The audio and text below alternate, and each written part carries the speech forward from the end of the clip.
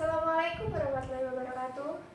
Di sini saya akan menerangkan mengenai beberapa kosakata bahasa Mandarin dengan menggunakan metode gambar, dan saya juga akan menampilkan urutan goresan karakter Hanzi tersebut, dan saya juga akan menampilkan tentang karakter Hanzi dari sebelumnya hingga sekarang. Untuk yang pertama, saya akan menjelaskan mengenai matahari. Jadi, orang-orang zaman dahulu menggambarkan matahari seperti ini, kemudian akhirnya mereka pun membuat simbol-simbol seperti itu. Dan seiring berjalannya waktu, simbol tersebut pun mengalami perubahan hingga berakhir menjadi simbol re. Re dengan nada keempat, re. Re berarti sebagai matahari. Selain dia memiliki arti sebagai matahari, dia juga memiliki arti sebagai hari dalam tanggal.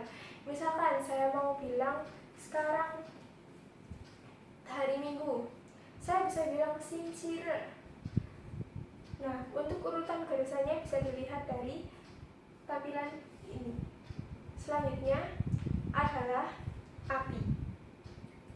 Pada zaman dahulu, orang-orang juga mengibaratkan api seperti gambar di samping, kemudian membuat karakter Hanzi yang menggambarkan gambar api tersebut. Dan seiring berjalannya waktu, karakter tersebut pun mengalami perubahan hingga akhirnya menjadi karakter Guo menggunakan nada ketiga. Guo ini hanya memiliki satu arti, yaitu api. Guo di sini contohnya kita bisa bilang Guo Hong. Dan untuk urutan goresannya bisa dilihat di tampilan yang sebelah saya ini. Kemudian ada lagi yaitu shui. Shui adalah air. Pada zaman dahulu, orang-orang menginterpretasikan air itu dari aliran sungai. Sungai itu berkelok-kelok, sehingga orang-orang dulu pun membuat simbol seperti gambar di samping, yang kemudian seiring berjalannya waktu, simbol tersebut pun disederhanakan dan diubah lagi hingga terakhir menjadi simbol shui. Dan untuk urutan goresannya ini bisa dilihat di tampilan sebelah saya ini. Dan untuk shui ini memiliki arti sebagai air. Contohnya kita bisa bilang, misal saya bilang adik sedang minum air, kita bisa bilang Titi Cheng Zai He Shui. Seperti itu penggunaannya. Kemudian selanjutnya yaitu shan. Shan adalah gunung. Pada zaman dahulu, karena gunung itu berjajar-jajar, maka orang-orang itu menggambarkan gunung seperti ini dan kemudian membuat simbol seperti simbol di sebelah ini. Dan seiring berjalannya waktu, simbol tersebut pun mengalami perubahan dan berakhir pada simbol shan. Shan menggunakan nada pertama. Shan ini memiliki arti gunung. Misalnya, saya bilang Gunung Bromo. Dalam bahasa Mandarin saya bisa bilang Bromo Shan. Dan untuk urutan goresannya bisa dilihat di tampilan di sebelah saya ini. Kemudian yaitu ada Ma. Ma artinya kuda. Pada zaman dahulu, orang-orang juga mengibaratkan kuda seperti gambar di samping, kemudian membuat simbol yang serupa dengan kuda tersebut. Dan seiring dengan berjalannya waktu, simbol tersebut juga berubah hingga menjadi Hanzi terakhir, yaitu Ma menggunakan nada ketiga, Ma. Dia berarti sebagai kuda. Contoh kalimatnya seperti misal, Paman memiliki 3 ekor kuda. Saya bisa bilang Shu Shu Yo Shan Pi Ma. Ma, dia juga memiliki kata bantu pi ma. Dan untuk urutan goresannya bisa dilihat di tampilan sebelah saya ini. Selanjutnya yaitu ada tao. Tao adalah pisau. Pada zaman dahulu, pisau diibaratkan seperti gambar di samping, yang kemudian seiring berjalannya waktu, pisau pun mengalami perubahan karakter dan menjadi karakter yang terakhir seperti gambar di samping, yaitu tao. Untuk urutan goresannya bisa dilihat di tampilan sebelah saya ini. Dan contoh kalimat untuk penggunaan tao misalnya, kemarin ibu baru saja membeli sebuah pisau. Saya bisa bilang, 昨天妈妈刚才买了一颗刀.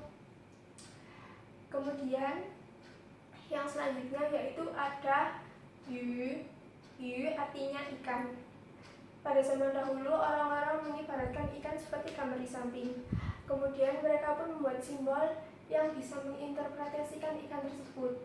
Dan seiring berjalannya waktu, simbol tersebut pun disederhanakan dan diubah menjadi simbol terakhir yaitu yu.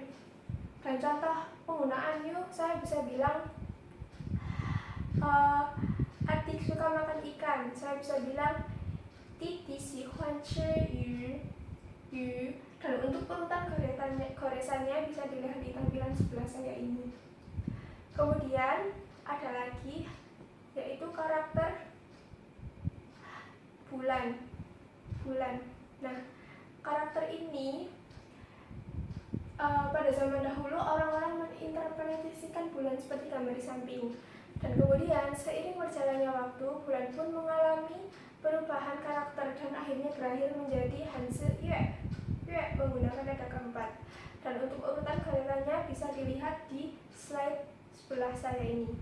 Dan selain berfungsi sebagai nama bulan, dia juga berfungsi sebagai nama bulan dalam tanggal. Misalnya saya bilang sekarang bulan Januari, bahasa Mandarinnya yaitu 现在是1月, bulan Januari, bulan pertama. Kemudian selanjutnya yaitu Hanzi, telinga, sebenarnya kalau telinga itu kebanyakan disebut sebagai耳朵, tapi di sini saya menjelaskan tentang di mana itu memiliki hubungan dengan telinga itu sendiri. Jadi pada zaman dahulu orang-orang itu mengibaratkan telinga seperti gambar samping telinga. Kemudian seiring berjalannya waktu, Hanzi tersebut disederhanakan dan terakhir menjadi simbol Hanzi . Nah, untuk urutan goresannya bisa dilihat di slide sebelah saya ini. Kemudian ada hujan, yu.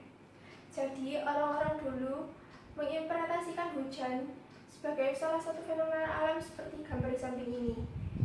Dan simbol Hanzi yang dibuat oleh orang-orang zaman dahulu seiring berjalannya waktu pun mengalami perubahan dan disederhanakan menjadi simbol yu, artinya hujan.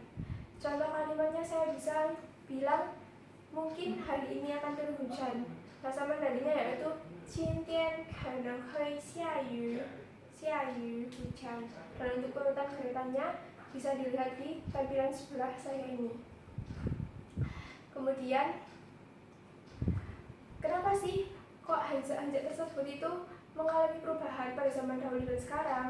Karena pada zaman dahulu Hanzi tersebut mungkin dinilai sangat sulit, sehingga semakin berjalannya waktu Hanzi tersebut pun disederhanakan dan kemudian menjadi Hanzi yang sekarang kita pelajari ini.